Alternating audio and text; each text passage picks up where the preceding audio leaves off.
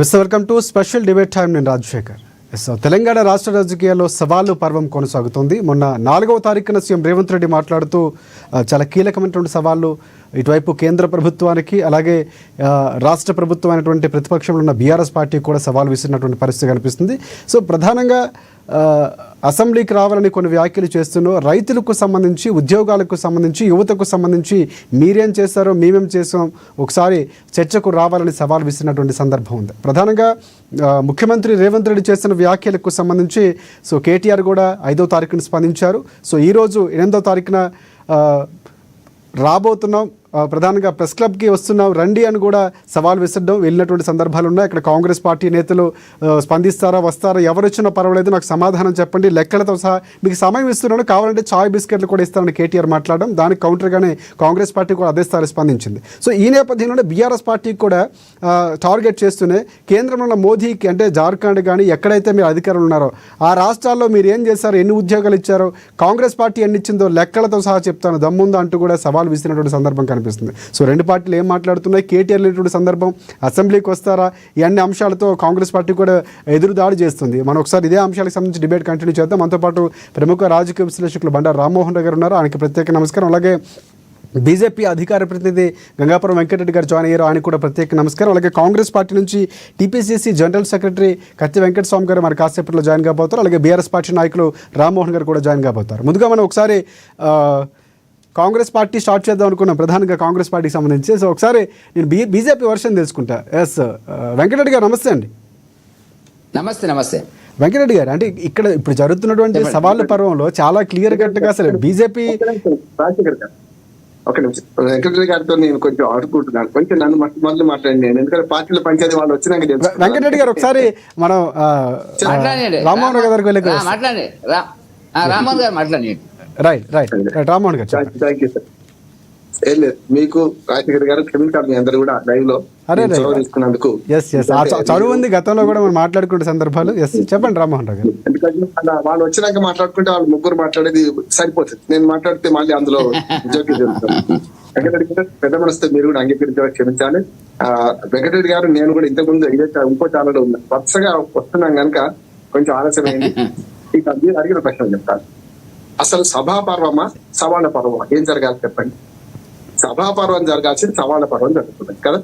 First thing సవాల్ అంటున్నారు, తొడలు కొడుతున్నారు, రకరకాలు చేస్తున్నారు. వెంకటరావు గారు కూడా వచ్చారు, వారికి నమస్కారం సార్ చెప్తాను గారు. ఎందుకంటే నేను ఏమంటానంటే ఆవేదనతో చెప్తున్నాను, ప్రతిపక్షము అధికార పక్షం రెండు కలిస్తేనే నిజంగా చెప్తున్నాను. ఎందుకంటే 11 మంది ఉండని, 10 మంది ఉండని, 30 ఉండని, ఒక్కడే ఉండదు. చూసాం కదా మనం గతంలో కాంగ్రెస్ పార్టీ జనార్దన జనం 26 మంది ప్రతిపక్షానికి సరిపోను మెంబర్లు కూడా లేకుంటే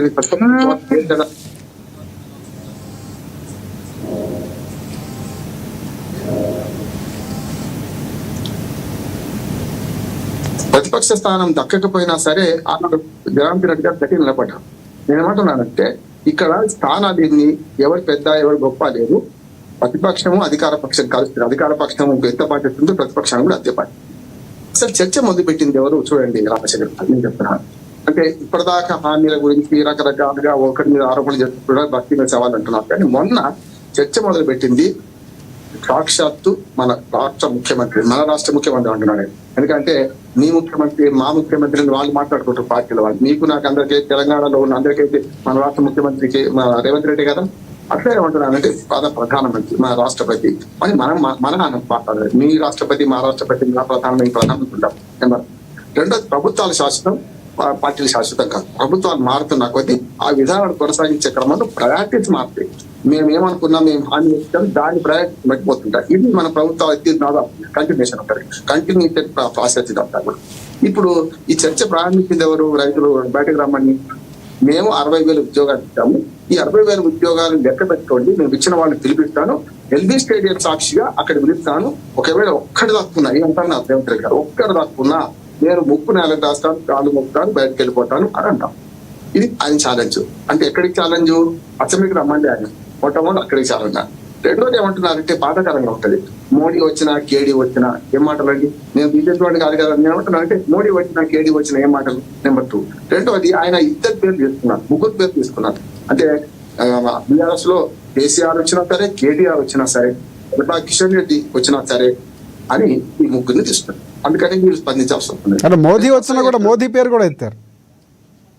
అది మోడీ వచ్చిన ఢిల్లీలో మోడీ వచ్చిన గల్లీలో కేడీ వచ్చినా అన్నారు. అది ఎట్టి ప్రాస ఈ మాట అన్నారు. మొత్తం లైవ్ ప్రత్యక్షంగా చూశాను. సమస్య లేదు, అందరికి చూపించదు కదా. ఏమంటారంటే మోడీ కేడీ మాటలు, లేకపోతే రేవంత్ రెడ్డి ముగ్గురు పేర్లు ఇచ్చినప్పుడు మర్యాద గారు అని మాట్లాడాడు. కేటీఆర్, కేసీఆర్, లేకపోతే మన కిషన్ రెడ్డి వచ్చినా సరే అన్నారు. బాగానే ఉంది, కరెక్ట్. కానీ ఇక్కడ రమ్మన్నాడు, వీళ్ళను ఎల్బీ స్టేడియం రమ్మంటారు. నా కార్యకర్తలతో నేను అని అన్నాడు. అంటే యుద్ధం ప్రకటించినట్టుగా మధ్య రాజకీయాలు ఉన్నా మనం ఏమన్నా నీ కార్యకర్తలు నువ్వు వచ్చి, బీఆర్ఎస్ కార్యకర్తలు వాళ్ళు వచ్చి, బీఆర్ఎస్ కార్యకర్తలు మనకేమో కిషన్ రెడ్డి గారు వచ్చి తనకు కావాలన్నా కాదు కదా. అంటే బస్తీ మత్స్యవాళ్ళు అనేది మొట్టమొదటి ఈ గతంలో పక్కన పెడతాం. ఎవరెవరు తప్పు చేశారంటే ఇప్పుడు రాజకీయాలు చిన్నవాడికి మంచిదంటే పెద్దవాడికి మంచిది కాదని తప్పు. నేను కొన్ని విషయాలు అక్కడికి మిగతా వాళ్ళకి ఇచ్చి పెడతాను. నేనేమంటున్నానంటే అక్కడ మొదలు బస్తీ మీద సవాల్ అనేది రేవంత్ రెడ్డి గారు. దానికి ప్రతిగా ఒక్కరోజు తేడాలో 72 గంటలు సమయం ఇస్తున్నారు. వాళ్ళు ప్రెస్ లో ఉన్నారు. ఈ రెండు తప్పే అంటున్నాను. అంటే వారు అడిగిన దానికి కొన్ని సమాధానం చెప్పారు కాదని పెట్టాను. కానీ సరే రెండు తప్పే. ఎక్కడ చర్చ జరగాలి? సభాపరంగా జరగాలి, సభలో చర్చ జరగాలి. నేను స్పష్టంగా అన్నిటి మీద అంటే వాటిని ఎత్తేసుకుంటారు ఒకరి మీద ఒకరు ఏం జరిగింది. కొన్ని విషయాలు మాత్రం రైతులకు ఏమేం చేసామో అంతకంటే ఎక్కువ చేసినాం అంటున్నారు. నేను రైతుగా మాట్లాడుతున్నాను, ఒక సామాన్యుడిగా మాట్లాడుతున్నాను. మొత్తం మూడు రకాల సభలు జరిగింది కాంగ్రెస్ హామీలు. మొట్టమొదటి వరంగల్ డిక్లరేషన్. వెంకటరామ గారు బాగా చెప్తూ వరంగల్ డిక్లరేషన్ లో ముగ్గురు ప్రధాన నాయకులందరూ వచ్చి ఆనాడు ఏం మాట్లాడారు? మేము రైతులకు ఏది రైతు బంధు రైతు భరోసా ఇస్తాం 15,000 అన్నారు. తర్వాత ఏది మనకు కౌలు రైతులకు కేసీఆర్ ఇస్తలేడు, కౌలు రైతులు మేము 12,000 ఇస్తా ఉన్నారు. అట్లాగే వ్యవసాయ కూలీలకు 12,000 ఇస్తా ఉన్నారు. ఇట్లా ఒక 4 మాకు ఈ 4-5 హామీలు రైతు డిక్లరేషన్ చెప్తారు. తర్వాత సరూర్ నగర్ లో మన ప్రియాంక గాంధీ గారు అంటారు, యువ నాయకుడు. ఆమె 2,000 రూపాయలు 4,000 రూపాయలు మన వీళ్ళకి ఇస్తామన్నారు. ఎవరికి? మన నిరుద్యోగులకు ఇస్తామన్నారు. ఇంకా కామన్ డిక్లరేషన్ బీసీలు ఇస్తాం. ఇవి ఓన్గా వాళ్ళు అన్న మొత్తం ఏది గ్యారంటీలను ప్రకటించారు. మొత్తం ముగ్గురు కలిపి అంటే కుటుంబ సభ్యులు, కుటుంబ కథ సమేత చిత్రాలు చూసాం మనం. సోనియా గాంధీ గారు, రాహుల్ గాంధీ గారు, ప్రియాంక గాంధీ గారు ముందర వచ్చి వాళ్ళు ఏం చేసిండ్రు అంటే మేము ఈ గ్యారంటీలు 6 గ్యారంటీలు రాసిస్తున్నాం, మేము వచ్చిన తర్వాత 100 రోజుల్లో దీని గ్యారంటీలు తీరుస్తామని ఒక పెద్ద హామీ పత్రం రాసిచ్చారు ప్రజలందరికీ. మంచిది, ఎందుకంటే ఎక్కువ ఇస్తా అంటే ఇప్పుడు ఇంతకంటే ఎక్కువ ఇస్తా అంటే ఎవరైనా నమ్ముతారు కదా. దాంట్లో కాకుండా కూడా మహిళలకు ఇచ్చిన హామీలు ఉన్నాయి. 2,500 రూపాయలు బస్సు ప్రయాణము మహిళలకు ఇచ్చిన హామీ. అట్లా రైతులకు ఇచ్చిన హామీలు అవన్నీ కలిసి మొత్తం 6 గ్యారెంటీలు 13 హామీలు. నేను దాంతో తీసాను కానీ 417 ప్రభుత్వం ఉంటుంది, 420 అని పడతారండి. అంటే 3 హామీలు చాలా ఉన్నాయి. మొత్తం దగ్గరికి వచ్చినట్టే కదా 400 తీసా కాదా 417. నేను అనుకున్నాను ఇంత లేవని అనుకున్నాను, కానీ వాళ్ళే చెప్తున్నా 417. ఇక నేనేమంటున్నానంటే వీటి గురించి మాట్లాడాలంటే ఎక్కడ చర్చించాలి? అసెంబ్లీ పక్షాలు చర్చించాలి కదా. ఇవి విడిచిపెట్టి మీరు ఈ రెండింటిని రైతులకు ఏం చేశారు రమ్మన్నారు కదా. రైతుల విషయాన్ని ఒక్క మాట మాట్లాడతాను. మొన్ననే ఒక 4 రోజుల క్రితం ప్రస్తుతం గారికి బాగా తెలుసు, నేను టూర్లో ఉన్నప్పుడు కూడా మాట్లాడినాను.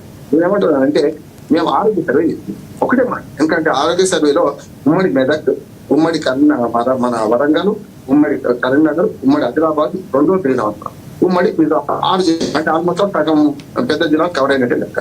మేము ఒక చిన్న ఆరోగ్య సర్వే చేస్తేనే మేము ఒకటే అడిగినాం, సరే వసతులు ఇవన్నీ ఉంటాయి. మేము ఒకటే అడిగినంటే హాస్పిటల్ డెలివరీస్ తక్కువ అయినా ఎక్కువ అయినాయి అంటే అన్ని ఆసుపత్రులలో డెలివరీస్ తక్కువైంది.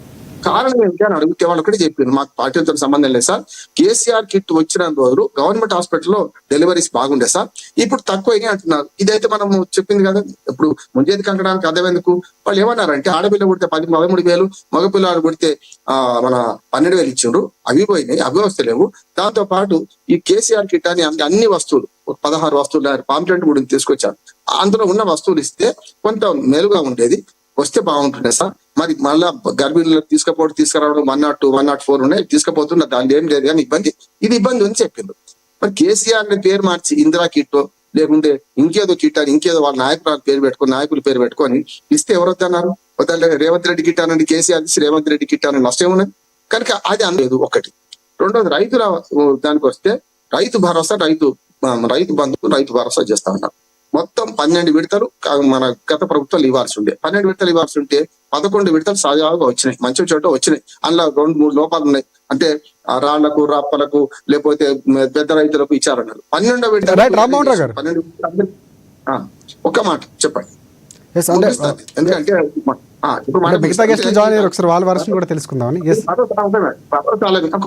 ఈ భరోసాల మీద కానీ ఈ హామీల మీద కానీ ఎక్కడ చర్చ జరగాలంటే ప్రభుత్వాన్ని నేను డిమాండ్ చెప్పాను ప్రజల తరఫున, ఇవాళ ఒక శ్వేతపత్రం విడుదల చేయండి. మీరు ఏం ప్రకటించారు, ఏమి ఇస్తున్నారు, ఏమి ఇచ్చారు, దాని తర్వాత సర్వే చేసుకుని తెలుస్తుంది కదా. మీరు ప్రజల సర్వే అవసరం లేదు, ఒక శ్వేతపత్రం ప్రకటించి తగబెట్టాలి. రెండోది ఎంక్వైరీల మీద కూడా శ్వేతపత్రం ప్రకటించాలి. ఈ కమిషన్లు, ఈ రాజకీయాలు ఉన్నాయి కదా, ఈ రెండింటి మీద అసెంబ్లీ సాక్షిగా ఒక పత్రం ప్రవేశపెట్టి దాని మీద చర్చ జరుగుతుంది. బేస్లెస్ ఉండదు చర్చ. అప్పుడు బేస్ గా ఒక పునాది మీద చర్చ జరుగుతుంది కనుక ప్రతిపక్షాలు స్పందిస్తారు.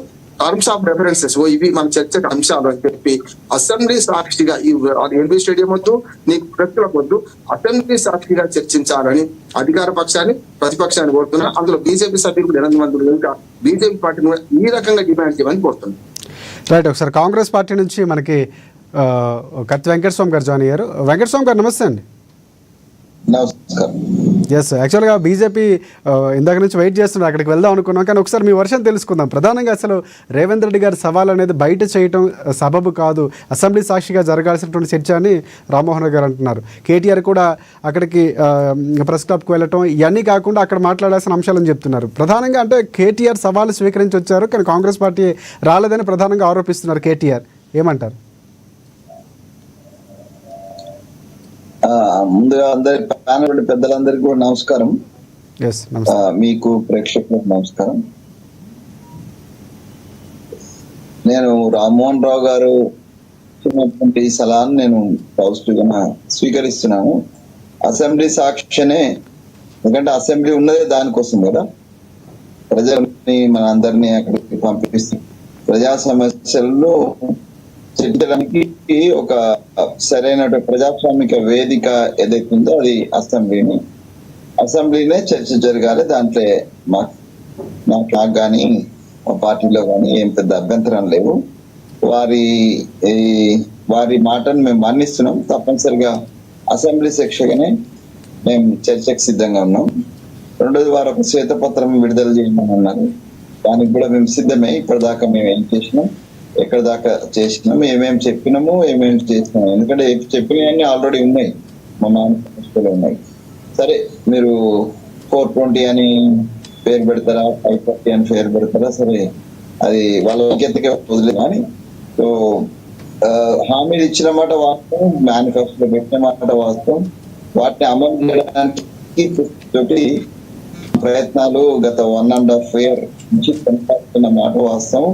దాని ఫలితాలు ప్రజలు అనుభవిస్తున్న మాట వాస్తవం. సో ఈ వాస్తవాలన్నిటినీ నిజంగానే చర్చ జరగాల్సి వస్తే ఆ చర్చ అసెంబ్లీ వేదికగా జరగడం అనేటువంటిది చాలా సమంజసమైనటువంటి విషయం. కానీ దానికి ముందు నాంది పలికిందే ముఖ్యమంత్రి గారు బహిరంగ సభలో మాట్లాడడం, ఎల్బీ స్టేడియం వేదికగా రావాలని చెప్పడం అనే వాక్యాన్ని ఇందాక ఉటంకించారు. Yes sir, yes. ఇప్పుడు దాన్నే తీసుకుందామని అంటున్నారు ఆయన.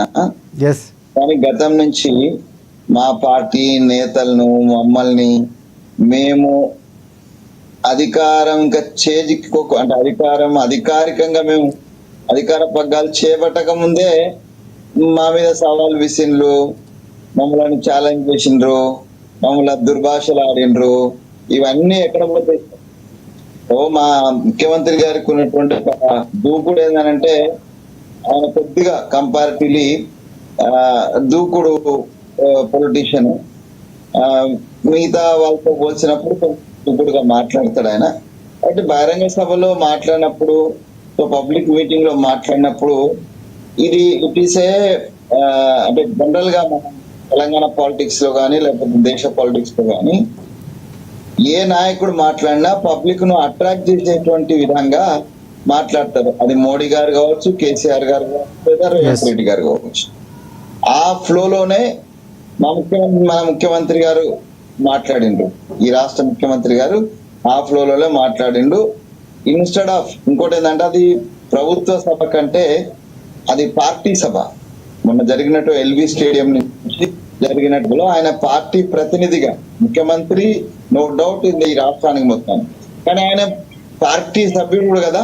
మా పార్టీకి సంబంధించిన మాజీ పిసిసి అధ్యక్షుడు, ప్రస్తుతం మా పార్టీ నుంచి ఎమ్మెల్యే, మా పార్టీ నుంచి ముఖ్యమంత్రి అని. కాబట్టి ఖార్గే గారి నేతృత్వంలో వారి సమక్షంలో జరిగినటువంటిది ప్యూర్లీ కాంగ్రెస్ పార్టీ యొక్క కార్యకర్తల యొక్క సభ. జనరల్లీ మా సభలో మా కార్యకర్తల సభలో మాకు మాట్లాడేటువంటి స్వేచ్ఛ ఉంటది కదండి వాళ్ళకు ఉన్నట్టే. కాబట్టి మా వాడు డెఫినెట్ గా చాలా అఫెన్సివ్ గా మాట్లాడినాడు. దాన్ని సవాల్గా స్వీకరించడానికి వాళ్ళు ముందుకు వస్తున్నారు. ఏమంటే సవాలు ఇవాళ కొత్త కాదు, ఈ దేశంలో కొత్త కాదు. అది బీజేపీ వాళ్ళు ఆయన చేసిండు, కాంగ్రెస్ వాళ్ళు చేసినారు, వివిధ పార్టీల వాళ్ళు చేసినారు. అందరూ తొడలు కొడతా ఉంటారు, తెలిసిందే. సో అందరు తొడలు కొడతారు, కానీ అల్టిమేట్ గా చర్చ జరగాల్సింది మాత్రం ప్రజలు ఇచ్చిన వేదిక, అది అసెంబ్లీ వేదిక. ఇప్పుడు కూడా మేము సాధారణంగా చర్చకు మేము సిద్ధంగా ఉన్నాము. మిమ్మల్ని అందరినీ ఆహ్వానిస్తాం. అన్ని పార్టీల వాళ్ళు ఎవరైతే అక్కడ ప్రాతినిధ్యం వహిస్తున్నారో అందరు కూడా. ప్రతిపక్ష నేతగా ఉన్నటువంటి మాజీ ముఖ్యమంత్రి శ్రీ కల్వకుంట్ల చంద్రశేఖరరావు గారిని కూడా ఫామ్ హౌస్ వదిలి ఇక్కడ ఈ హౌస్, ప్రజల హౌస్ కు రావాలని మేము వినమ్రంగా విజ్ఞప్తి చేస్తున్నాం.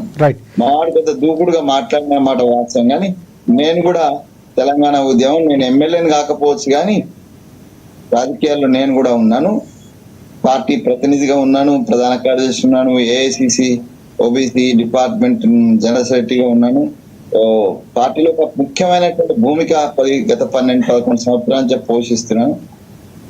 రేవంత్ రెడ్డి గారే మా తర్వాత వచ్చినారు. సో కాబట్టి నేను ప్రతిపక్ష మిత్రులందరినీ కూడా, పెద్దలందరినీ కూడా అసెంబ్లీ వేదికకు మీరు రెడీ అయితే ఇమ్మీడియట్ గా, సరే ఇవాళ కాకుండా రేపు మామూలుగా వర్షాకాల సమావేశాలు అయినా వస్తాయి, లేదంటే ఒక ప్రత్యేక సమావేశం పెట్టి రైతుల కోసమే, ఒక రోజు అంటే ఒక రోజు 2 రోజులు రైతుల కోసమే, రైతు సమస్యలే, రైతులకు గతంలో ఇప్పుడు ఉన్నటువంటి కంపారిజన్ లో వాళ్ళకు స్వేచ్ఛ ఉంటది, మాకు స్వేచ్ఛ ఉంటది. మేము గణాంకాలతో సహా మేము సబ్మిట్ చేయడానికి సిద్ధంగా ఉన్నాం. దానికి మేము రామ్మోహన్ రావు గారు చెప్పిన సజెషన్ మేము సాధిస్తున్నాం. రైట్. అండ్ బీజేపీ నుంచి వెంకటరెడ్డి గారు నమస్తే అండి.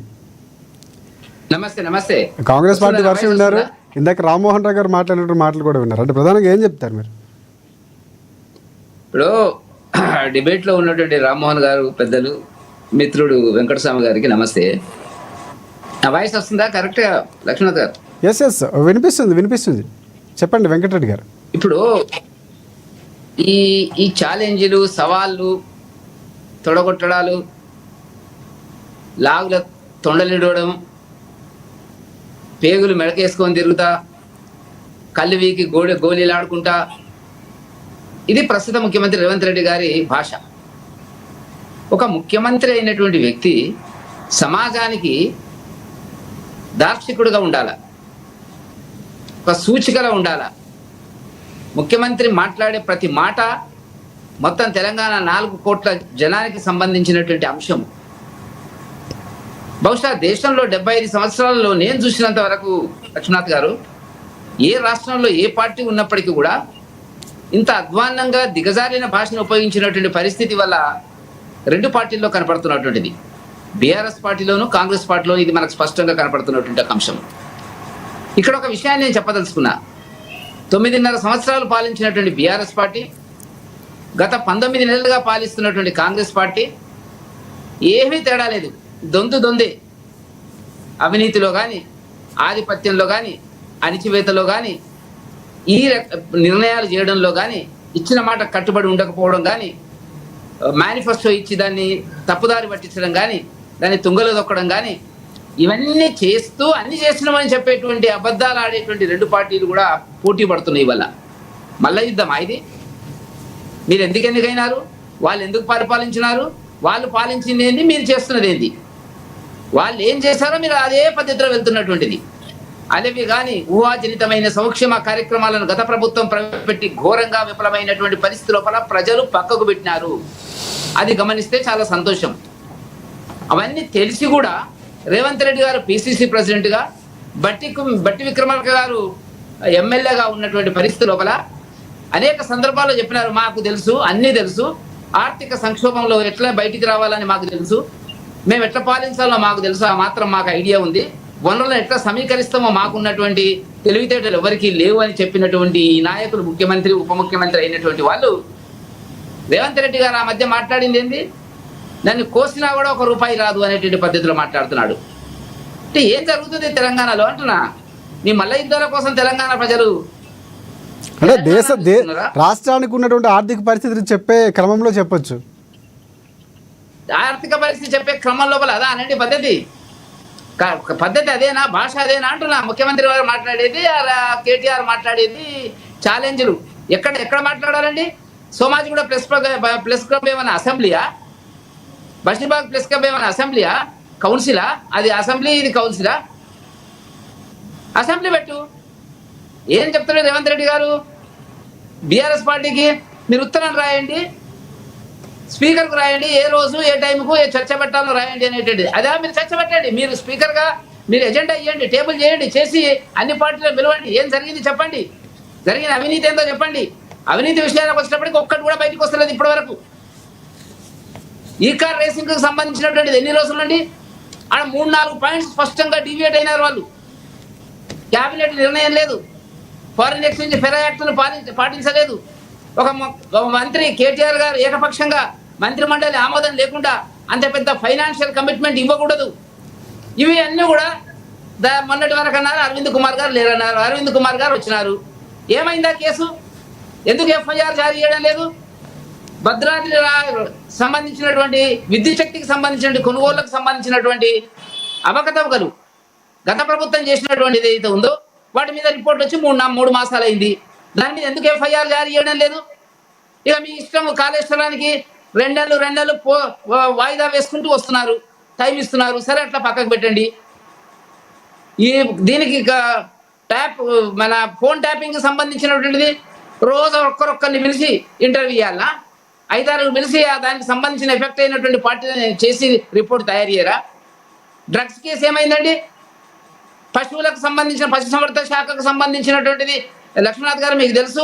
ప్రభుత్వం కాంగ్రెస్ ప్రభుత్వం ఏర్పడిన ఆ 2 రోజుల లోపల ఫైళ్ళనే మాయమైనటువంటి చర్చ వచ్చినప్పుడు, పేపర్లలో పెద్ద పెద్ద తాటికాయ అక్షరాలతో వచ్చినప్పుడు వీటి గురించి మాట్లాడలేదు. నయం కేసు ఏమైంది? నయం కేసులో గత ప్రభుత్వం లోపల మిషన్లు తెచ్చి లెక్కలు పెట్టిందన్నారు డబ్బులు. దానికి ఒక రిపోర్ట్ ప్రజలకు చెప్పాలి కదా, ఏమీ లేదని చెప్పాలి కదా. కాబట్టి నేనేమంటున్నా అంటే ఈ ప్రభుత్వము చాలా విషయాల లోపల గత ప్రభుత్వం ఏదైతే అవినీతి అక్రమాలు చేసిందో వాటిని రక్షించేటువంటి కస్టోడియన్గా రేవంత్ ప్రభుత్వం ఉన్నది. కాబట్టి ఒకరినొకరు తిట్టుకోవడము, ఈ తిట్టుకునే క్రమం లోపల ఏం జరుగుతుందంటే భారతీయ జనతా పార్టీ పక్కకు కావాలా? వాళ్ళకు ఉన్నటువంటిది కాంగ్రెస్ అధిష్టాన వర్గం ఇచ్చినటువంటి సూచన ఏంటంటే రేవంత్ రెడ్డి గారికి ఎట్టి పరిస్థితుల్లో కూడా కేసీఆర్ గారిని కొన ఊపిరితోనైనా మీరు బతికించుకోవాలా, కొట్టండి, అనేక రకాలుగా బాధించండి, అనేక రకాలుగా మానసిక క్షోభను గురి చేయండి, కానీ బతికించుకోండి. అతను బతికితేనే మళ్ళీ మనం పవర్లోకి వస్తామనేటువంటి ఒక రాజకీయ వ్యూహము కుట్రలో భాగంగానే ఇవాళ 2 పార్టీలు ఒక అవగాహనతోని ఈ కార్యక్రమాన్ని చేస్తున్నాయి తప్ప నిజంగా ప్రజా పాలన కోసం చేస్తుందని చెప్పి నేను భావించినటువంటి సందర్భం లేదు. ఇవన్నీ ఉదాహరణలు చెప్పాను, నేను గతంలో కూడా చెప్పాను. డీజీపీగా పనిచేసినటువంటి 5 సంవత్సరాలు పనిచేసినటువంటి వ్యక్తిని, అన్ని కేసులు తెలుసు. ఇదే రేవంత్ రెడ్డి మీద అనేక సందర్భాలలో దాడి చేసినటువంటి పోలీసు విభాగము, ఆయన ఎక్కడంటే అక్కడ కట్టడి చేసినటువంటి వాళ్ళు ఎవరు ఉన్నారండి? డీజీపీ. ఆ డీజీపీని తెచ్చి first public service commission chairman గా ఎందుకు పెట్టాడు? ఏ అవగాహనకోతను పెట్టాడు? ఎవరు లేరా? వెంకటస్వామి లాంటి ప్రొఫెసర్లు లేరా దానికి పనిచేయడానికి? నేనేమంటున్నా అంటే ఇదొక అవగాహనలో పద్ధతి ప్రకారంగా ఈ కాంగ్రెస్ బీఆర్ఎస్ ఆడుతున్నటువంటి పెద్ద డ్రామా. ఒకసారి వెంకటరెడ్డి గారు, ఒకసారి వెంకటస్వామి కంటే రాజమౌళి చిత్రం కంటే కూడా సంచలనాలు ఉండేటువంటి పద్ధతి లోపల తెలంగాణ రాజకీయాలు దిగజారడం అనేటువంటిది చాలా బాధాకరమైనటువంటి అంశము. ఇది ప్రజలు గమనిస్తున్నటువంటిది. పాలించమంటే రోడ్ల మీదకి వచ్చి కొట్లాడుకుంటాం, ఛాతీ తీసి నేను రా వస్తావా అనేటువంటి పద్ధతిలో ఉంటాయా? అలాంటి రాజకీయాలు ఉంటాయా? రాజకీయాలు, ప్రజాస్వామ్యం, అంబేద్కర్ రాజ్యాంగం ఇవే చెప్పిందా? ఏమైనా కొట్లాడుకుంటే అసెంబ్లీ కొట్లాడుకోండి. వీళ్ళు అంటారు రోడ్డు మీదకి రాని, వాళ్ళు అంటారు ఫలానా ప్లేస్కి రమ్మని, వాళ్ళు అన్నారు అసెంబ్లీకి రమ్మని, వీళ్ళు అసెంబ్లీకి కన్విన్స్ చేయరు. కొట్లాడుకోండి కదా, అసెంబ్లీ కన్విన్స్ చేసి ఎందుకు కొట్లాడుకోకూడదు కదా? చట్ట పద్ధతి ఉంటుంది కదా. అంటే ఇవన్నీ కూడా కాంగ్రెస్ ప్రభుత్వం ఇచ్చినటువంటి హామీలను అమలు పరచలేనటువంటి ఒక నిస్సాయ ఆర్థిక సంక్షోభంలోకి, మానసిక సంక్షోభంలోకి వచ్చినటువంటి కాంగ్రెస్ పార్టీ ఏమి చేయలేనటువంటి పరిస్థితి లోపల రోజు ఒక తమాషా చూపిస్తున్నారు. ఆ తమాషాను చూసి ప్రజలు ఆనందించాలా? టీవీలు ఇవాళ బాగా విరిగిపోయినటువంటివి, అనేక రకాల మీడియా పాత్ర రావడం జరిగింది కాబట్టి చూసి ఆనందించండి అని చెప్పేటువంటి పద్ధతి లోపల రెండు పార్టీలు కుమ్మక్కై ఎందుకు ఆయన అంటాడు కేటీఆర్ గారు, నన్ను వెంట్రుగా కూడా పీకలేవు. ఆరోపణలు ఎదుర్కొంటున్న వ్యక్తి బహుశా దేశంలో మొట్టమొదటి వ్యక్తి అనుకుంటా, నా వెంట్రుక కూడా పీకలేవు అనే వ్యక్తి చాలా మంది చూస్తున్నాం మనం. లాలూ ప్రసాద్ యాదవ్ దగ్గర నుంచి ఎక్కడెక్కడి నుంచి మాయావతి దగ్గర నుంచి ఆ రకంగా మాట్లాడిన వాళ్ళు ఎవరు లేరు. అంటే ఏంది, వాళ్ళిద్దరి మధ్య అవగాహన ఉంది. నువ్వు తిట్టు, నేను తిడతా నువ్వు తిట్టు. రైట్ వెంకటరెడ్డి గారు ఒకసారి కాంగ్రెస్ పార్టీ వర్షం కూడా తెలుసుకుందాం. నష్టం లేదు. రైట్ వెంకటస్వామి గారు, కాంగ్రెస్ పార్టీ బీఆర్ఎస్ పార్టీ ఒక అండర్స్టాండింగ్తో ముందుకెళ్తున్నాయి. ఇచ్చిన హామీలు నెరవేర్చకపోవడంతో చేస్తున్నటువంటి ఉద్యమాలన్నీ కూడా ఏదో అటెన్షన్ గ్రాప్ చేయడానికి తప్ప ఎక్కడా కూడా పూర్తి స్థాయిలో ప్రజలకు న్యాయం చేసే ఉద్దేశం లేదని ఆరోపిస్తున్నారు. మీరేమంటారు?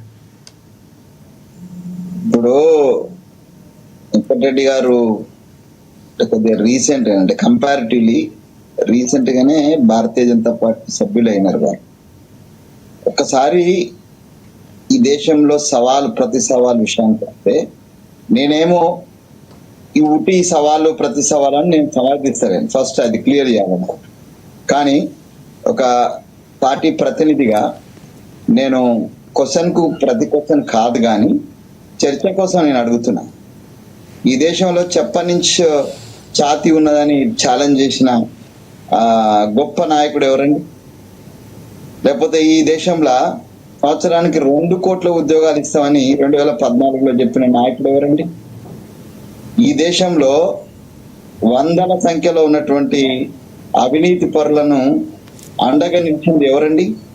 ఈ దేశంలో గత 70 సంవత్సరాలుగా ఈ దేశంలో అభివృద్ధి చెందబడ్డటువంటి ఎస్టాబ్లిష్ అయినటువంటి వివిధ నాయకుల నేతృత్వంలో, అది నెహ్రూ గారి నుంచి మొదలుకొని వాజ్పేయి గారి దాకా, లేకపోతే మన్మోహన్ సింగ్ ఏర్పడ్డటువంటి ప్రభుత్వ రంగ సంస్థలను అప్పనంగా దొబ్బింది ఎవరండి? ఇవన్నీ కూడా ఒకసారి మా వెంకటరెడ్డి గారికి తెలుసు. బట్ అది అంటే అంత పెద్ద ఉపయోగించాను కానీ మరొకసారి ఆ విషయాలన్నిటిని కూడా బేరీ చేసుకుంటే పునఃసమీక్ష చేసుకోవాలంటారా? పునఃసమీక్ష చేసుకోవాలి. ఈ దేశంలో ప్రతి సవాల్ విషయానికి వస్తే నీచమైన భాష మాట్లాడింది భారతీయ జనతా పార్టీ మిత్రులే. ఉళ్ళుకే పట్టే అని మాట్లాడినటువంటి ఉమాభారతి ముఖ్యమంత్రిగా ఉండే. అర్థమైందండి సార్? అప్పుడు ఒకసారి గుర్తు చేసుకోవాలి సార్. కాబట్టి ఈ దేశంలో భాషను బహిరంగంగా ఒక ప్రధానమంత్రి 10 ఏళ్ళు ప్రధానమంత్రిగా పనిచేసినటువంటి ఆయనను అవహేళనగా రెయిన్ కోట్ వేసుకొని షవర్ కింద స్నానం చేస్తారని సాక్షాత్తు ప్రస్తుత ప్రధానమంత్రి మాట్లాడినటువంటి ఒక నిర్లజ్జగా ఎదుటివాని యొక్క క్యారెక్టర్ అసాసినేషన్ చేస్తూ రాహుల్ గాంధీని పప్పు అని మాట్లాడినటువంటి ముతపప్పు అని మాట్లాడినటువంటి వాళ్ళు ఇవాళ అందరూ నీతులు వల్లిస్తారు. అయితే నేనైతే ఆ భాషను, అది మావాడు మాట్లాడినా మీవాడు మాట్లాడినా భాషను నేను ఒక ప్రజాస్వామిక బిడ్డగా, తెలంగాణ బిడ్డగా నేనేం సమర్థించలేను. అది రేవంత్ రెడ్డి మాట్లాడిన తప్పే, కేసీఆర్ మాట్లాడిన తప్పే, లేకపోతే మోడీ గారు మాట్లాడిన తప్పే. ఈ పరంపరను 14 నుంచి మోడీ అండ్ కేసీఆర్ పోటీ పడి కొనసాగించినటువంటి 100 ఎగ్జాంపుల్స్ నేను చెప్పగలను. 100 ఎగ్జాంపుల్. కానీ అది ఇప్పుడు నేను కేవలము ఒకసారి వాళ్ళు ఆత్మవిమర్శ చేసుకోమనే కోరుతున్న తప్పితే నేను దాన్ని ఇక్కడ చెప్పి వచ్చి దీన్ని బేస్ చేసుకొని నేను ముఖ్యమంత్రి రేవంత్ రెడ్డి గారు మాట్లాడినటువంటి భాషను నేను ఇంతకు ముందు కూడా అది నేను సమర్థించలే, ఇప్పుడు కూడా నేను సమర్థించటంలే. భాష విషయంలో డెఫినెట్ గా మనం అందరం కూడా అన్ని రాజకీయ పార్టీలన్నీ కూడా చాలా జాగ్రత్తగా మాట్లాడే, ప్రజలకు ఒక మంచి సందేశాన్ని ఇవ్వాలి, ప్రజాస్వామ్య విలువలతోటి మాట్లాడే, పార్లమెంటరీ లాంగ్వేజ్ ని ఉపయోగించాలా, అన్పార్లమెంట్ లాంగ్వేజ్ లో మనం పోకూడదు. ఇది ముఖ్యమంత్రికి వర్తిస్తుంది, నాకు వర్తిస్తుంది అని నేను చెప్తున్నాను.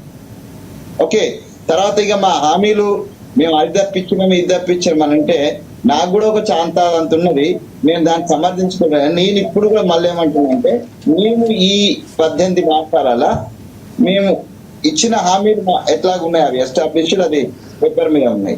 ఇప్పుడు మేము చేసినవి కూడా ఒక పత్రం తీసుకొస్తాం. రామ్మోహన్ రావు గారు చెప్పినట్టుగా అసెంబ్లీలో కూర్చుంటాం. వాళ్ళకి 8 మంది ఎమ్మెల్యేలు ఉన్నారు, వాళ్ళ షాడోలకు 7 మంది ఉన్నారు, లేకపోతే ఈ ప్రతిపక్షంగా ఉన్నటువంటి వాళ్ళకు 38 మందో 37 మందో ఉన్నారు. సో ఇవందరినీ కూడా అసెంబ్లీలో కూర్చోబెట్టి అట్లాగే కౌన్సిల్లో కూర్చోబెట్టి చర్చకు మేము సిద్ధంగా ఉన్నాం. ప్రజాస్వామ్యమైన చర్చకు మేము సిద్ధంగా ఉన్నాము. రైట్ రైట్ మనం ఒకసారి రామ్మోహన్ రావు గారు చాలా క్లియర్ కట్గా అంటే వ్యక్తిగతంగా లేకపోతేనా రాజకీయ నాయకులుగా ఏ పార్టీ మాట్లాడినా ఏ వ్యక్తి మాట్లాడినా ఏ రాజకీయ నాయకులు మాట్లాడినా కూడా ఆమోదించే యోగ్యం కాదు, అది ఎక్కడ కూడా దాన్ని ఆమోదించడానికి లేదని కూడా క్లియర్ కట్గా చెప్తున్నారు. అది ఇక్కడ కేటీఆర్ వెళ్ళటం లేకపోతే రాజకీయంగా వెళ్తున్నారు అనుకోవచ్చు. అంటే కేటీఆర్ వెళ్ళినటువంటి తీరు, అక్కడికి వెళ్ళిన తర్వాత అని చాలా కీలకంగా కొన్ని అంశాలు ఎమర్జెన్సీ పాలన తలపిస్తుంది ఇందిరమ్మ రాజ్యంలో అని కొన్ని వ్యాఖ్యలు చేయటం, కోవట్ల గురించి మాట్లాడడం, ఇలాంటి చాలా అంశాలు మాట్లాడే ప్రయత్నం చేశారు. సో అంటే ఇక్కడ ప్రజల తప్పుదోవ పట్టించడంగా భావించాల్సిన అవసరం ఉందా? లేకపోతే అసెంబ్లీలో వస్తానని చెప్పారు కేటీఆర్ కూడా నేను వస్తాను అసెంబ్లీకి కూడా, సో అక్కడ మైకులు లాక్కుంటున్నారు, సమయం ఇవ్వట్లేదు అన్నటువంటి వ్యాఖ్యలు కూడా కొన్ని చేశారు. ఏ విధంగా చూడొచ్చు అంటారు? తమలపాకు తలుపు చెక్క టమాటా రాజశేఖర్ గారు, ఇంకా అందేం లేదు.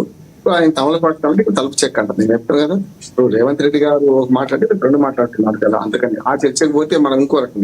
నేను 2 విషయాలు చెప్తున్నాను. ఒకటేమో నేను డిమాండ్ చేస్తున్నాను. ఒకటి హామీలు, అది 420 హామీలా లేకుంటే మొత్తం 6 గ్యారెంటీలు 13 హామీలు అయితే నేను పూర్తిగా మనం లెక్క ఉన్నది. వీటిని వరకు అమలైంది. నిజంగా చెప్పాలంటే ఇప్పుడు అడవి కానీ హామీలు ఇచ్చారు, సాధ్యమవుతా కదా అడిగినప్పుడు ఖచ్చితంగా చేస్తామని. దాని అప్పుల సంగతి కూడా ప్రభుత్వానికి తెలుసు. సంగతి ఆనాడు కూడా 7 లక్షల కోట్ల అప్పులు ఉన్నాయని 1కి 4 సార్లు రేవంత్ రెడ్డి గారు కానీ అప్పుడు డిసిసి అధ్యక్షులుగా ఉన్నారు కదా, ప్రతిపక్ష నాయకుడిగా ఆయన మన ప్రతిపక్ష పార్టీగా వారు అనేక బహిరంగ సభలు మాట్లాడారు. 7 లక్షల అప్పు ఉన్నది. ఇప్పుడే లంకెపందరంగా చూడొచ్చు, ఇప్పుడే మాకు తెలిసిందంటే తప్పైతే అప్పులునే తెలుసు. అప్పులుండగా కూడా 1కి 2 ఇద్దరు పెడతానంటే ఆశ, కొడతానంటే భయం ఉంటది రాజశేఖర్ గారు. ఎట్లా అంటే ఉదాహరణకు 10,000 ఇస్తున్నారు, ఇచ్చే వేయడం 15,000 రైతు బంధు ఇస్తున్నారు. ఇవి డిక్లరేషన్లు చెప్పినాం. రెండోది ఏమన్నారు, రైతు కూలీలకు ఎందుకు ఇస్తలేరు, కౌలు రైతులకు ఎందుకు ఇవ్వరు అంటే కేసీఆర్ గారు అతను కౌలు రైతు ఎవరండి, ఎవరు కౌలు రైతు ఎట్లా గుర్తిస్తాం అన్న నిరుద్యోగులను కూడా అదే మాట అన్నారు. అదరగొట్టిండు ఎవరు కేసీఆర్ గారు. నిరుద్యోగం అంటే ఇలా ఉన్న అసెంబ్లీలో ఉన్న అంతా నిరుద్యోగం నిరుద్యోగం అని అన్నారు. ఈ 2 బెదిరించారు. కానీ ఏమన్నారు, నిరుద్యోగులు గుర్తిస్తే మేము ఇస్తామన్నారు. అట్లా కౌలు రైతులను గుర్తిస్తే ఇస్తామన్నారు. 3 రైతు కూలీలకు ఈ 3 కూడా హామీలునే. వ్యవసాయానికి 4 హామీలు ఇచ్చారు. ఇప్పుడు చర్చ ఎందుకు వచ్చిందంటే వ్యవసాయం మీద చర్చ పెడదాం రండి, రైతులకు ఏం చేశారు చర్చ మీద. అసలు చర్చ దీని మీద కాదు. ఏది 60,000 ఉద్యోగాలు ఇచ్చడం, 60,000 మందిని ఒక్కటి తక్కువ కాళ్ళు మొక్తారు క్షమాపణ చెప్తా అనేది ఒకటైతే, చాలా చేసింది ఈ రైతుల సంక్షేమం గురించి. మీరు రైతుల సంక్షేమం చేయలేదన్నారు కదా, వీటి మీద బయట పెడతామంటున్నాడు. ఇప్పుడు రైతు బంధు ఉన్నది, రైతు భరోసా చేస్తారు, 15 12 చేసిండ్రు. నేను ఇంకొక మాట కూడా వెంకటస్వామి గారి ద్వారా ప్రభుత్వానికి విజ్ఞప్తి చేస్తున్నాను. ఏంటంటే మేము ఈ మధ్య తిరిగే క్రమంలో మేము 2 విషయాలు గమనిస్తున్నాం. రైతు బంధు, రైతు భరోసా గురించి చాలా మంది ఎన్నో ఎకరంలో ఇల్లు వాడు అందరం కట్టుకుంటే ఇల్లు కట్టుకున్నాడు. ఆ ఉన్న ఎకరం వ్యవసాయం ఉందో గూగుల్ మ్యాప్ చూసి ఆ ఎకరానికి కూడా రైతు బంధు వండేమన్నా. ఇప్పుడు 15,000 నుంచి 16,000 కోట్ల రూపాయలు ఖర్చు అయితే ఖర్చు కావాలి, 2 విడతలు ఖర్చు కావాలంటే 9,000 కోట్లు ఎట్లా సరిపోయినాయని లెక్క తీస్తే చాలా మంది ఇల్లు కట్టుకున్నారు. స్టేట్ కూడా తన ఫామ్ ఇల్లు కట్టుకున్నాడు. మామూలు ఇల్లు కట్టుకున్న సరైన మరి మొత్తం చేసేసినట్టు అయితే కదా ఇప్పుడు కట్టే జరిగినాయి. ఏమైంది, రైతు భరోసా ఈ రకంగా వండేది. రెండోది ఏంటంటే చాలా వరకు కౌలు రైతుల సంగతి తెలుసు కదా, ఎవరికి ఇస్తలేరు. అట్లానే రైతు కూలీలకు ఇస్తలేరు. 2 పోయినాయి కదా, మహిళలకు స్కూటీ ఇస్తలేరు. ఇవి మనకు కనపడుతున్నాయి. ముందు అర్థం ఎందుకుంటుంది. రెండోది ఏంటంటే మొన్న సభ నిజంగా నేను ఒప్పుకుంటున్నాను వెంకటస్వామి గారు అని చెప్పంటే అది పార్టీ సభ కాదంటే నేను. కానీ పార్టీ సభ దేనికోసం పెట్టుకున్నారు, జై బాపు, జై భీమ్, జై సంవిధాన్. ఖర్గే గారు కరెక్ట్ మాట్లాడిండు, అంతవరకు పరిమితమైన ఎక్కడ కూడా మాట చాలండి. ఖర్గే గారు ఏమన్నారంటే సంవిధాన్ అంటే సోషలిజం టెక్నాలజీ తీసేస్తున్నారు, తప్పు, ఖచ్చితంగా సమస్య లేదు, దీన్ని మార్చాల్సిన అవసరం లేదు, జై సంవిధాన్, జై బాపు, జై భీమ్, జై సంవిధాన్ మాట్లాడింది. కానీ వెంటనే రేవంత్ రెడ్డి గారు మాట్లాడడం ఏమైందంటే, నేను ఏమంటున్నాను అంటే అంతకుముందు కూడా మాట్లాడుతున్నాను, మంత్రిత్వ ఏకీకరిస్తున్నాను, అంతకుముందు కూడా వీళ్ళు సవాళ్ళు ప్రతివాళ్ళు విస్తుకుంటున్నాం. కానీ ప్రభుత్వం ఎప్పుడు డిఫెన్స్ ఉండాలి, ప్రతిపక్షం ఎప్పుడు అఫెన్స్ ఉంటుంది, అది ఉండదు, అది కూడా కరెక్ట్ అంటలేదు, ఉండొద్దు. కానీ ప్రతిపక్షం ఎప్పుడు అఫెన్స్ లో ఉంటుంది, ప్రభుత్వం ఎప్పుడు డిఫెన్స్ లో పోవాలి కదా. ఇప్పుడు ఇట్లా మాటలు మాట్లాడి అసెంబ్లీ విడిచిపెట్టి మొదటి ముఖ్యమంత్రి గారే మన రాజధాని మాట్లాడు, ఈ అసెంబ్లీ ఈయనేమో ప్రెస్ క్లబ్ గా మాట్లాడు, ఈ 2 కరెక్ట్ కదా. ఇంకొక మాట, ఈ ఎంక్వైరీ మీద కూడా వెంకటరెడ్డి గారు ఇచ్చారు. కానీ ఏంటంటే ఎఫ్ఐఆర్ ఆల్రెడీ మీ కార్డు చెప్పిస్తారు, సిట్ వేసిన కంటే A1, A2, A3 మీరు కూడా పెట్టారు, ఈ కేసు కూడా పెట్టారు. అందులో పక్కకి మక్కి మీద పైన ఎక్కి అన్నట్టు బీజేపీ అన్నాడు కానీ కేంద్ర ప్రభుత్వం నుంచి వచ్చిన ఈడీ బీజేపీకి గుర్తు ఏదైతే రాష్ట్ర ప్రభుత్వం వాళ్ళు ఏ కేసు పెట్టిండ్రో అవే కేసులు A1, A2, A3 ముగ్గురు రెడ్డి అక్కడ కూడా సేమ్ ఎఫ్ఐఆర్ విషయం. ఎక్కడ ఎఫ్ఐఆర్ ఇచ్చేది కాదంటే మీరు యాదాద్రి భద్రాద్రి ఉంది కదా, దాని మీద కమిషనర్ రిపోర్ట్ ఇచ్చి వెంకటస్వామి గారు 3 నెలలు అయింది, మీకు తెలుసు 3 నెలలు అయింది. ఇప్పుడు దాన్ని ఎందుకు బయట పెడతలేరు నేను అంటున్నాను. కొన్ని దాయాల్సిన అవసరం లేదు కదా. ఇప్పుడు దాంతో ఏమైందంటే కాంగ్రెస్ బీఆర్ఎస్ ఒకటని బీజేపీ వాళ్ళు బదనాలు చేస్తారు. 2 మూడోది ఏమంటే గొర్రెల కుంభకోణం అన్నారు. గొర్రెల కుంభకోణం మీద ఎంక్వైరీ ఎక్కడ ఆగిపోయిందండి. 2 మాత్రమే ఎన్మల్ ఆఫీసర్ సస్పెండ్ చేసిండు. ఇప్పటికి ఏం కాలేదు. గొర్రెల కుంభకోణంలో డైరెక్ట్ చేతులు మారినాయి, డబ్బులు మారినాయి, అసలు గొర్రెలే కొనలేదని రిపోర్ట్ వచ్చింది కదా. మరి దాన్ని ఎంత చర్య తీసుకుంటలేరు. 4వది కాళేశ్వరం. ఒకసారి టెలిఫోన్ ట్యాపింగ్ విషయంలో ఎంక్వైరీ జరుగుతుంది. నిన్న కాక మొన్న కూడా కొందరిని పిలిచిండ్రు కనుక అది ఎంక్వైరీలో ఉన్నప్పుడు మనము దాన్ని రిజల్ట్ రాకపోతే ఎందుకు చేస్తాం అనొచ్చు. కానీ కాళేశ్వరం మీద మొత్తం 3 నడిచింది. ఒకటేమో ఇప్పుడు జస్టిస్ లోకూర్ కమిషన్ నడుస్తున్నది. 2 నెలలు 3 సార్లు 4 సార్లు పోయింది. మొత్తం 7వసారి మొన్న పొడిగించు. ఇప్పుడు ఈ జూలై నెలాఖరుకు రిపోర్ట్ ఇవ్వాల్సిందే వాళ్ళు. ఈలోగా కొన్ని రిపోర్ట్స్ వచ్చినాయి కదా. విజిలెన్స్ కమిషన్ ఒకటి రిపోర్ట్ ఇచ్చింది. ఏమని 38 మంది అధికారుల మీద వీళ్ళు పని చేసుడు, అవినీతి చేసుడు, వీళ్ళ మీద శాఖపరమైన చర్యలు తీసుకోండి.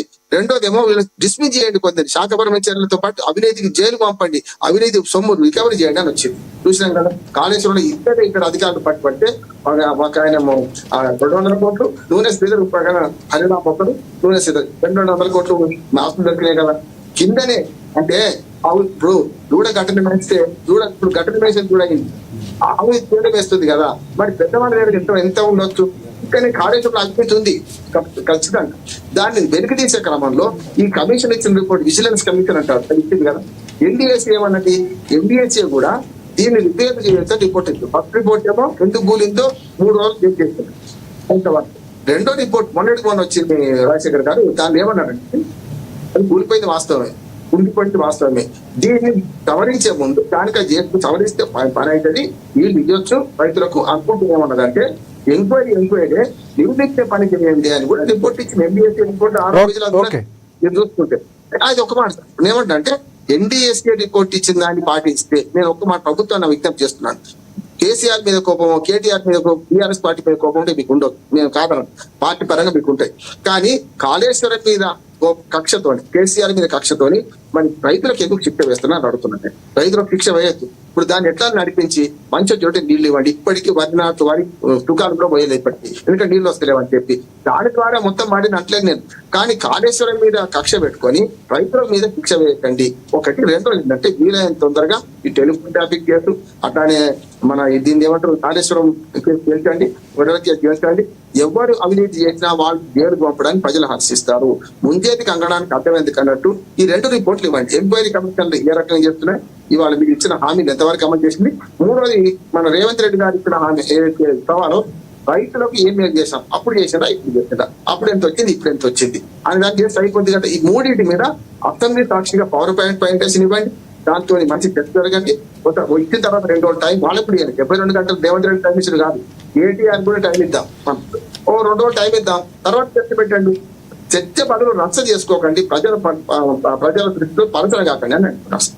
రైట్ వెంకటస్వామి గారు ఏమంటారు? ప్రధానంగా చాలా ప్రశ్నలు సంధించారు. ప్రజల తరఫున రాజకీయాల కంటే కూడా ప్రజల అవసరాల కోసం త్వరగా అవి పూర్తి చేయాల్సిన అవసరం, కాళేశ్వరంకి సంబంధించో మిగతా అంశాలకు సంబంధించో కొన్ని మాట్లాడారు రామ్మోహన్ గారు, ఏమంటారు మీరు?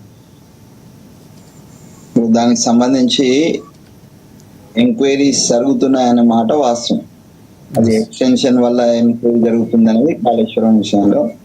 విజిలెన్స్ రిపోర్ట్ కి సంబంధించినటువంటి దాంట్లో కూడా కొంతమంది అవినీతి అధికారులను పట్టుకొని జైలుకు పోయినటువంటి పరిస్థితి కూడా ఉంది. సో దాని మీద డెఫినెట్ గా వారు అన్నట్టుగా ఇంకా అంటే ప్రజల నుంచి కానీ లేకపోతే ఇట్లాంటి ప్రతిపక్షాల నుంచి కానీ కొద్దిగా యుద్ధ ప్రాతిపదికన నిర్ణయాలు జరగాలనేటువంటి ఆకాంక్ష వారు వెలిబుచ్చడంలో తప్పేం లేదు. దాన్ని ఆ విధంగా మేము సరి చేసుకుంటే తప్పనిసరిగా ఆ విషయాన్ని నేను మా ముఖ్యమంత్రి గారికి, మా మంత్రివర్గ సహచరులకు నేను విషయాన్ని ప్రజావాణిగా నేను తప్పనిసరిగా తీసుకెళ్తాను. అది ఎంత ఎక్కువ స్పీడప్ జరిగితే అంత విమర్శ కూడా తక్కువవుతుంది. తర్వాత ప్రజలకు కూడా అవినీతి చేసిన వాళ్ళను శిక్షిస్తున్నారు అనేటువంటి భావన స్థిరపడే అవకాశం ఉంటుంది కాబట్టి దాన్ని నేను ఆహ్వానిస్తున్నా. డెఫినెట్ గా అట్లా చేస్తాను. ఇంకా రెండో విషయం, మీ మీద అండర్స్టాండింగ్ లో ఇప్పుడు ఇంకోటి నాకు రామ్మోహన్ రావు గారని కాదు కానీ మిగతా మిత్రులందరూ కూడా మాట్లాడేదంటే, బీఆర్ఎస్ లేదా బీజేపీ వాళ్ళు అధికారంలో ఉన్నట్టుగా మేము వాళ్లకు అసిస్టెన్స్, వాళ్ళ ఆలోచన విధానం ప్రకారమే మా ప్రభుత్వం నడవాలని అనుకోవడము అర్థపదంగా ఉంది. నేను ఇప్పుడు కూడా చెప్తున్నాను, నిజమే, మాకు స్పష్టమైన అవగాహన ఉన్న పాలనలో మాకు విపరీతమైనటువంటి వేరే వాళ్ళతో పోల్చినప్పుడు ఈ దేశంలో ఈ రాష్ట్రంలో మేము ఎక్కువ కాలము అధికారంలో ఉండి పాలించినటువంటి మా నాయకత్వం ఉన్నది, మాకు సజెషన్ చేసేటువంటి వాళ్ళు ఉన్నది, ఒక సమిష్టి నిర్ణయాలతో పోయేటువంటి ఏర్పాటు ఉన్నది. వాటి మేము సగర్వంగా చెప్పుకుంటున్నాం. అట్లానే మేము ఎవరి సలహాను కూడా మేము తోసిపుచ్చుకున్నాం. అందరి సలహా. రైట్ వెంకటస్వామి గారు, ఒకటి అంటే మనకి కేటీఆర్ కొన్ని వ్యాఖ్యలు చేశారు. అంటే కోవర్టుల పాలన నడుస్తుంది, నీళ్ళేమో ఒకరికి ఇస్తున్నారు, నిధులేమో ఢిల్లీకి తీసుకువెళ్తున్నారు అంటూ పరోక్షంగా ప్రత్యక్షంగా కొన్ని విమర్శలు చేశారు ఆయన. సో అంటే ఈ విమర్శలు ఏ విధంగా చూడాలంటారు? అంటే కేటీఆర్ చేసిన విమర్శలు రాజకీయ విమర్శలు అంటారా, నిజంగానే కోవట్లు ఉన్నటువంటి వ్యాఖ్యలతోనే మాట్లాడారంటారు? ఎవరి దగ్గర ఎవరు కోవర్టులో మరి ఆయన బయట పెట్టాలి. వాళ్ళ దాంట్లో కోవర్టులు, వాళ్ళ దాంట్లో కోవర్టులు ఉన్న వాళ్ళ చెల్లె చెప్తాను. లెటర్ రాసింది ఆమె, ఆయన లెటర్ రాసింది కోవర్టులు ఉన్నారు ఇక్కడ కేసీఆర్ పనిచేయనిస్తలేరు అని ఆమె రాసింది. మరి కోవర్టులు వాళ్ళ పాటు ఉన్నదే. ఎవడి కోవర్టు ఎవడు పని చేస్తున్నాయండి? నీళ్ళు ఎక్కడ పోతున్నాయండి? నీళ్లు విడుదల చేస్తలేము, ఎన్డీఏసీ పర్మిషన్ మేము తీసుకుంటాము సేఫ్టీ దృష్టి అని అంటే, మేము కేసీఆర్ మీద కేటీఆర్ మీద కక్ష మాకేమొస్తుందండి? రైతులు ఇబ్బంది పడితే. అయినా మీరు ఒకసారి రామ్మోహన్ రావు గారు ఈ కాళేశ్వరం నీళ్లతోటి, మేడిగడ్డ నీళ్లతోటి, అంటే మీరు ఆ సబ్జెక్ట్ లో కూడా నిష్ణానితులు కాబట్టి, గత ప్రభుత్వం ఉన్నప్పుడు ఎన్ని వందల ఎకరాలు ఎన్ని ఎకరాలు దీంతో దారిందో ఒకసారి చెప్తే బాగుంటుందండి. ఎందుకంటే నాకు కూడా నాలెడ్జ్ వస్తుంది దాంట్లో. రైట్ వెంకటస్వామి గారు, మనకి మీరు ఇందాక ప్రశ్న సమాధానం చెప్పారు. మనకి బీఆర్ఎస్ నుంచి ఆపుతున్నాం అనేటువంటి మాట తప్పు.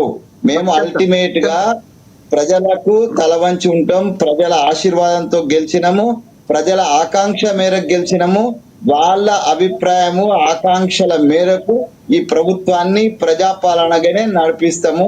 ప్రజలు ఏ మాట చెప్పినా, ప్రజలు ఏ అవసరం వచ్చినా మేము వాళ్ళ ప్రతినిధులుగా, వాళ్ళ ఆశీర్వాదం పొందిన పార్టీగా, ప్రభుత్వంగా మేము వాళ్ళ కోసమే పనిచేస్తాం. ఎవరి కోసమో, ఎవరి మీద కోసమో, అత్త మీద కోసం దుత్త మీద తీసినట్టుగా. వెంకటస్వామి గారు, ఒకసారి బీఆర్ఎస్ నుంచి మనకి రామ్మోహన్ గారు జాయిన్ అయ్యారు. ఒకసారి మాట్లాడలేరు అనేది మాత్రం తప్పండి. అది అట్లాంటి అభిప్రాయాలను, అపోహలు పెట్టుకోవద్దని నేను ఈ మీ మీడియా ద్వారా ప్రతిపక్ష మిత్రులకు కానీ లేదా అనలిస్టులకు కానీ నేను విజ్ఞప్తి చేస్తున్నాను. ఎస్, బీఆర్ఎస్ నుంచి రామ్మోహన్ గారు. రామ్మోహన్ గారు మాట్లాడమని ఎస్ రామ్మోహన్, అంటే సమయం మనకి తక్కువ ఉంది. ఒకటే నిమిషం చెప్పండి రామ్మోహన్. కాళేశ్వరం వల్ల 2 లక్షలకు మించి ఎకరాలు పారలేదని మొన్న హరీష్ రావు ఒప్పుకున్నాడు. నేను అది కూడా ఆ మాట కూడా అన్నా. నేను 1,00,000 ఎకరాలు 2 ఎకరాలు అనుకుంటూ ఆయకట్టు స్థిరీకరణ జరిగింది. వెంకటస్వామి గారు ఏమంటున్నా అంటే, శ్రీరామ్ సాగర్ నిన్నన్నాడు కూడా మన కిందికి నీళ్ళు లేకపోతే వరద కాలం ద్వారా శ్రీరామ్ సాగర్ నీళ్లు పడేసిన మనం మిడ్మానేర్ ద్వారా కొంత నాకు కొంచెం ఐడియా ఉంది. ఇప్పటి వరకు ఈ ప్రాజెక్ట్ కట్టడం వల్ల ఎక్కడ కూడా కొత్తగా పంటలు పండింది లేదు. ఈ ఆల్రెడీ స్థిరీకరణ జరిగిన మాట వాస్తవము, కానీ దాంతో వచ్చిన నీళ్లు లేవు.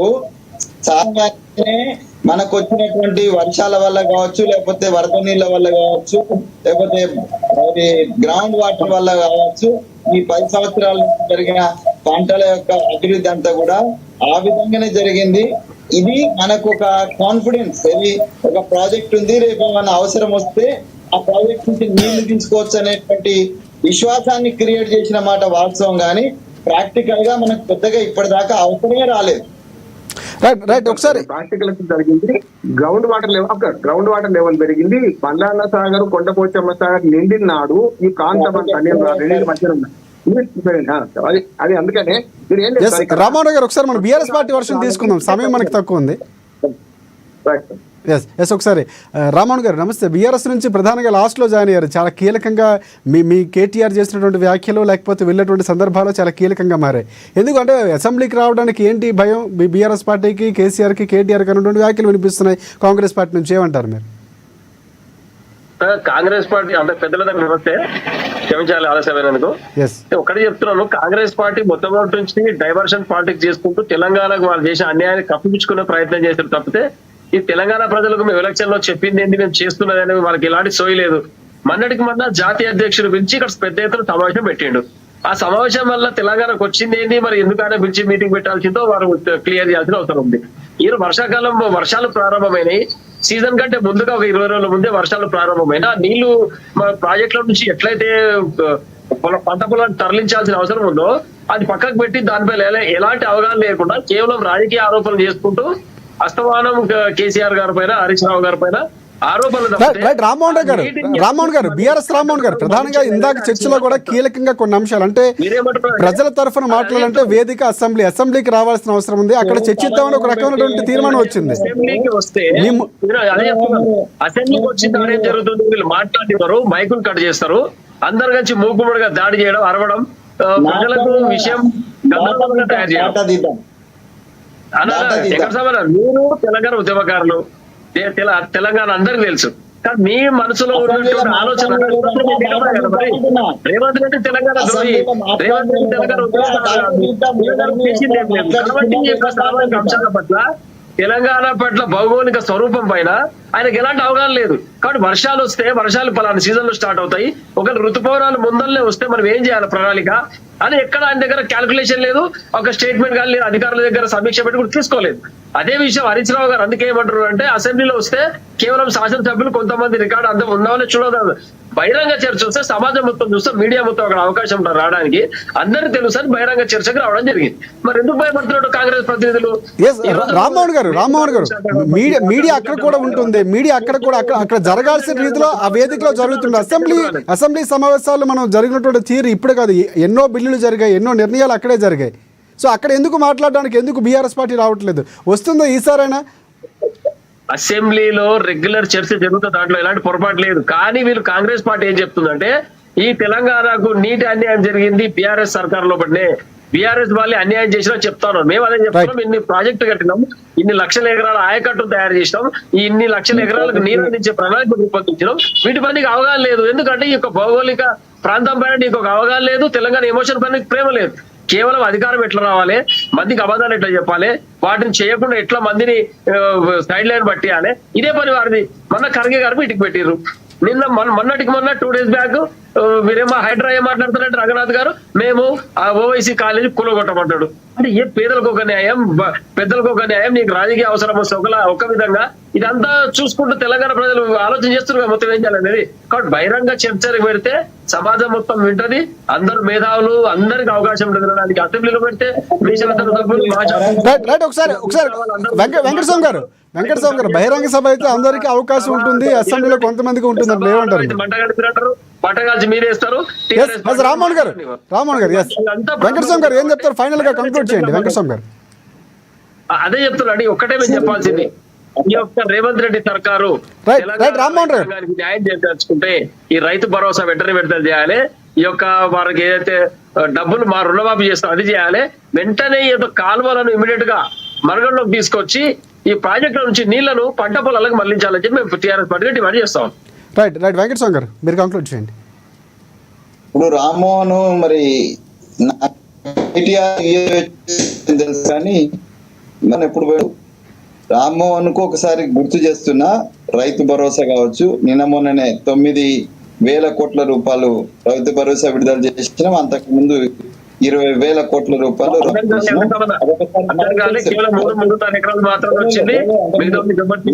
రామ్మోహన్ గారు ఒక నిమిషం న్యూస్ అప్డేట్ చేస్తున్నా మీకు, అంతే ఏం లేదు. న్యూస్ అప్డేట్ చేస్తున్నా. మేము రైతు భరోసా ప్లస్ రుణమాఫీకి సంబంధించి మేము పైసలు విడుదల చేసినాం. సంబంధిత రైతులు దాన్ని డ్రా చేసుకొని వాళ్ళు దాన్ని ఉపయోగించుకుంటున్న మాట కూడా వాస్తవం. ఇంకా రెండోది బహిరంగ చర్చ అనేటువంటిది ఇందాకనే ఇంతవాక అంటే రామ్మోహన్ లేడు కాబట్టి నేను ఒకసారి గుర్తు చేస్తున్నా, రామ్మోహన్ రావు గారు, బండారు రామ్మోహన్ రావు గారు చేసినారు. ఈ బయట సవాలు అక్కర్లేదు, అసెంబ్లీ అనేటువంటిది ఒక కరెక్ట్ వేదిక, మనల్ని ఎన్నుకొని అక్కడికే పంపించినారు. సో కాబట్టి ఆ వేదిక, ఇంకోటి ఏంటంటే అది ఓపెన్, అది అసెంబ్లీలో జరిగే చర్చ కూడా అది బయట అందరికి ఓపెన్ పెడుతున్నాం. ఇప్పుడు అదేం రహస్యం, అక్కడ జరిగే చర్చ కాదు, దాన్ని లైవ్ కూడా ఇస్తున్నాం. అక్కడ కూడా మీడియా ఎలా ఉంటుంది, అక్కడ కూడా ప్రత్యేకంగా ప్రజలకి ప్రసారం అవుతుందా? రైట్, ఒక్క నిమిషం రామ్మోహన్ గారు ఒక్క నిమిషం. అంటే మైక్ ఇవ్వట్లేదు బీఆర్ఎస్ పార్టీకి అని ఆరోపిస్తున్నారు వెంకటస్వామి గారు.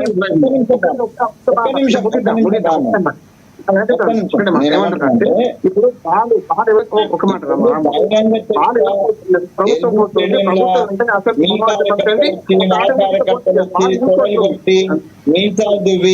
చేసేది అనేటువంటిది ఈ ప్రజాస్వామ్య వ్యవస్థలో సమంజసం కాదు. నేను ఇందాక నువ్వు రాకముందే చెప్పిన ఆ భాష గాని, అది గాని, లేకపోతే ఆ సవాల్స్ గాని, ఇది బహిరంగ చర్చ అనేటువంటిది, రోడ్డు మీద చర్చ పెట్టుకోవడం అనేటువంటిది, తెలంగాణ ఉద్యమ టైంలో కొన్ని టీవీలు బహిరంగ చర్చ పెడితే ఎంత గోల్ అయినాయో ఏమో మనకు తెలుసు, నిన్న మొన్న కూడా జరిగింది. కాబట్టి ఇది బహిరంగ చర్చ, బహిరంగమే. అసెంబ్లీ రహస్యం కాదు మిత్రమా, అది బహిరంగ చర్చనే, ప్రజలకు డైరెక్ట్ గా లైవ్ గా పోతున్నటువంటి చర్చ, ప్రజాస్వామ్య పరంగా చర్చ. అది అది ప్రజాస్వామ్య పరంగా ప్రజలు ఎన్నుకున్నటువంటి వ్యక్తులు మన వైపు నుంచి అక్కడ పోయి నేనో లేకపోతే నువ్వో మాట్లాడడానికి ఉండదు రామ్మోహన్. అక్కడ వచ్చి మనం ఎన్నుకున్న ప్రజాప్రతినిధులు మాట్లాడతారు. కాబట్టి చర్చకు రావడం అనేది అది అన్ని రకాలుగా, including the law and order problem, లేకపోతే ఎవడి తలకాయలు బలగాలనో, ఎవడి కాళ్ళు చేతులు విరగాలనో, లా అండ్ ఆర్డర్ ప్రాబ్లం రావాలనో మేమైతే కోరుకోవడం లేదు. బయట వస్తే అట్నే జరుగుతుంది రామ్మోహన్. ఎవరిని ఆపలేం, మీ పార్టీ కార్యకర్తలను ఆపలేం, మా పార్టీ కార్యకర్తలను ఆపలేం, లేదా బీజేపీని ఆపలేం. రోడ్డు మీద కొట్టుకునేటువంటి సంస్కృతిని వదిలిపెడతాము. అసెంబ్లీలో చర్చ పెట్టుకునేటువంటి సంస్కృతికి ఒకవేళ నేనేమైతే నేను సారీ చెప్పడానికి కూడా నేనేం వెనకాడటం లేదు. ఒకవేళ ఫ్లోలో మన రాష్ట్ర ముఖ్యమంత్రి గారు ఫ్లోలో బహిరంగ చర్చ అన్నట్టు కూడా దాన్ని నేను వెనక్కి తీసుకుంటాను. దాన్ని ఏం నాకు అభ్యంతరం లేదు. చాలా మంచి వివరణ ఇచ్చారు వెంకటస్వామి గారు. Thank you. ప్రజాస్వామ్యానికి మంచిది కాదు, ఒక సంస్కృతికి, విశ్వ సంస్కృతికో లేకపోతే కొత్త అంశానికో తెరలేపకుండా ప్రజాస్వామ్యతంగా జరగాలని కోరుకుందాం. అండ్ డిబేట్లో పాల్గొన్నందుకు ప్రత్యేకంగా ధన్యవాదాలు. రామ్మోహన్ గారు, సమయం ఇవ్వలేకపోతున్నాం, మరొక డిబేట్లో మళ్ళీ మనం మాట్లాడుకుందాం. వెంకటస్వామి గారు మీకు కూడా ప్రత్యేక ధన్యవాదాలు. అలాగే బండారు రామ్మోహన్ రావు గారికి, అలాగే బీఆర్ఎస్ పార్టీ రామ్మోహన్ గారికి, అలాగే బీజేపీ పార్టీ నుంచి వెళ్ళిపోయారు వెంకటరెడ్డి, ఆయనకు కూడా ప్రత్యేక ధన్యవాదాలు. ఇది వాళ్ళ డిబేట్ పాయింట్. చూద్దామంటే సవాళ్ళ కంటే కూడా ప్రజా సమస్యలపై దృష్టి పెట్టాల్సిన అవసరం ఉంది. ప్రధానంగా ఏ సమస్య పరిష్కారం కావాలన్నా అక్కడి నుంచి తీసుకువెళ్తారు. అసెంబ్లీలో చర్చ జరగాలి. సో అక్కడ విపక్షంలో ఉన్న, ప్రతిపక్షంలో ఉన్న, ఎక్కడున్నా కూడా అక్కడ సభ జరగాల్సినటువంటి అవసరం ఉంది. సో అన్ని పార్టీలు ముక్తకంఠంతో అక్కడ మాట్లాడితే కనుక సభకు ఒక నిండుదనం వస్తుంది. సో అలాంటి దిశగా వెళ్ళాలి. ఈరోజు మన డిబేట్లో కూడా అదే అంశం కొనసాగింది. చూద్దాం, అలాంటి సభ కొనసాగాలి, ప్రజా సమస్యలు తీరాలని మనం కూడా కోరుకుందాం. ఇది వాళ్ళ డిబేట్ పాయింట్. మరిన్ని అప్డేట్స్ కోసం చూస్తూనే ఉండండి ANN తెలుగు న్యూస్.